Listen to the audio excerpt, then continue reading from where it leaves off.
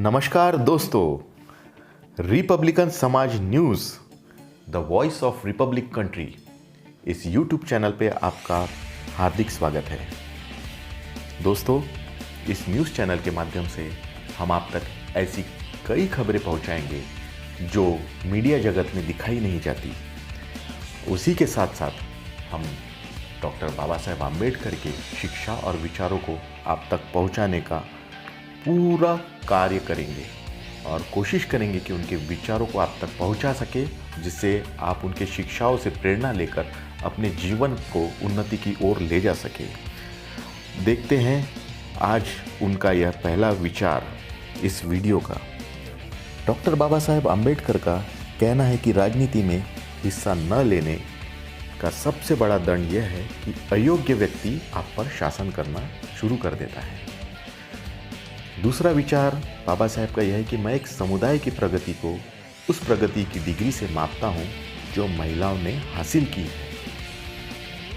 उनका अगला विचार हम देखते हैं। बाबा साहेब का कहना है कि मैं ऐसे धर्म को मानता हूं जो स्वतंत्रता, समानता और भाईचारा सिखाए।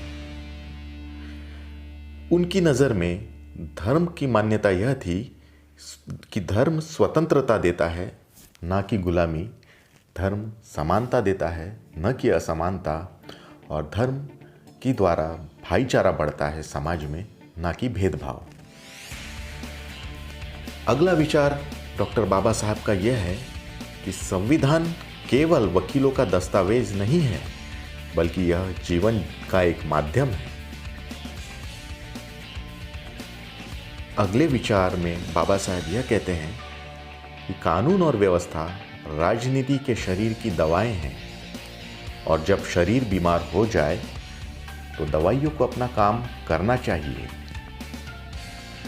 बाबा साहब का यह कहना है कि जिस तरह मनुष्य नश्वर है, ठीक उसी तरह विचार भी नश्वर है।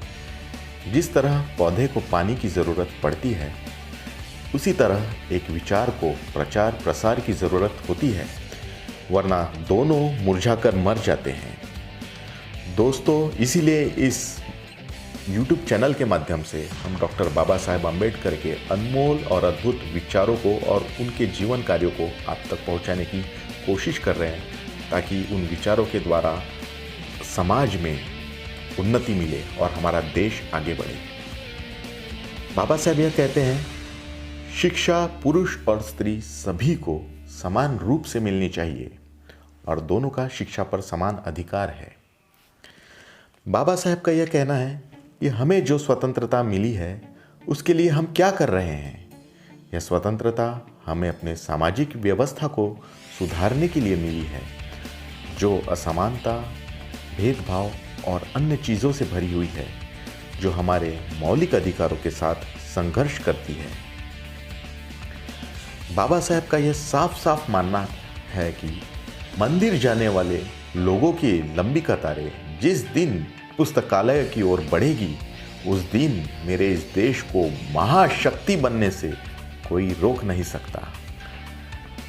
दोस्तों, बाबा साहेब हमेशा अपने साथ किताबों को कैरी करते थे, और जब भी उन्हें समय मिलता था, वे अपना पूरा समय सिर्फ और सिर्फ किताबें पढ़ने के लिए व्यतीत करते थे।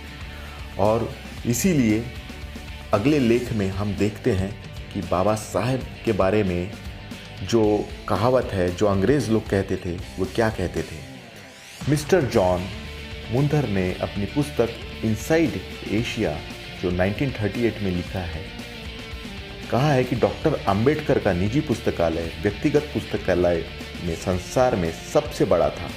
लोग रहने के लिए मकान बनाते हैं, लेकिन डॉक्टर आम्बेडकर ने पुस्तकों के लिए अपना राजगृह बनवाया है। 1938 में पुस्तकालय में लगभग 8,000 किताबें थी। यह संख्या उत्तरोत्तर बढ़ती ही गई। 1956 में बाबा साहेब के परिनिर्वाण के समय उनके निजी संग्रह में 50,000 पुस्तकें थी। अंग्रेज़ों ने इन्हें चलती फिरती यूनिवर्सिटी कहते हुए कहा कि 500 स्नातक मतलब ग्रेजुएट्स एक तरफ रहकर भी डॉक्टर आम्बेडकर के से ज्ञान का मुकाबला करते तो भी वह आम्बेडकर से जीत नहीं सकते थे।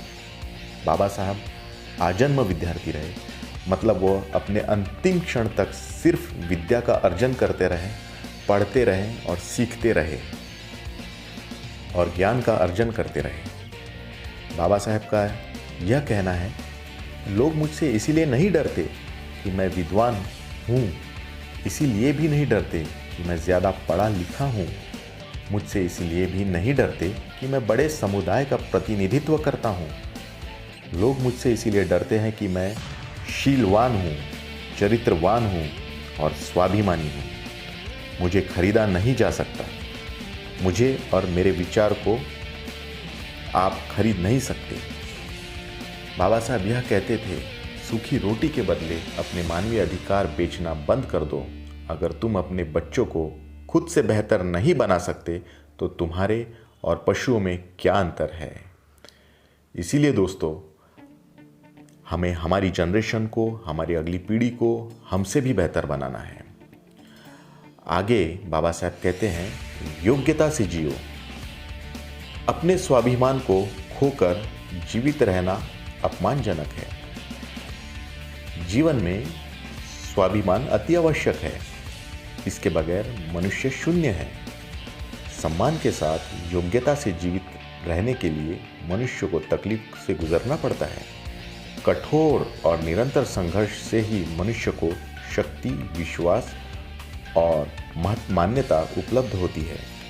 मनुष्य नश्वर है, हर एक को एक ना एक दिन मरना ही है, लेकिन मनुष्य को आत्मसम्मान से उत्तम आदर्श को प्रफुल्लित करने और मानवीय जीवन को सुशोभित करने हेतु समर्पित करने का संकल्प करना होगा। हम दास या गुलाम नहीं हैं, हम सैनिक वंश से हैं। इसीलिए वीर पुरुष के लिए स्वाभिमान के बिना जीवन जीने से अधिक शर्मनाक बात और कुछ नहीं हो सकती। इस वीडियो का अगला और बाबा साहब का इस वीडियो का अंतिम विचार में हम देखते हैं कि अन्याय से लड़ते वक्त आपकी मौत हो जाती है तो आने वाली पीढ़ियां उसका बदला अवश्य लेगी, परंतु यदि आप सहते सहते मर जाओगे तो आगे की पीढ़ियां भी गुलाम बनी रहेगी। दोस्तों, उम्मीद करता हूं डॉक्टर बाबा साहेब आम्बेडकर के महान विचारों ने आपको पॉजिटिविटी से भर दिया होगा। हम इस चैनल के माध्यम से आपको बाबा साहेब के जीवन से जुड़े ऐतिहासिक पलों, उनकी शिक्षाओं और उनके कार्यों को दिखाएंगे। यह वीडियो पसंद आया है तो ज़रूर लाइक करें, सब्सक्राइब करें और अपने प्रियजनों तक शेयर करें। आपका बहुत बहुत शुक्रिया। Thank you.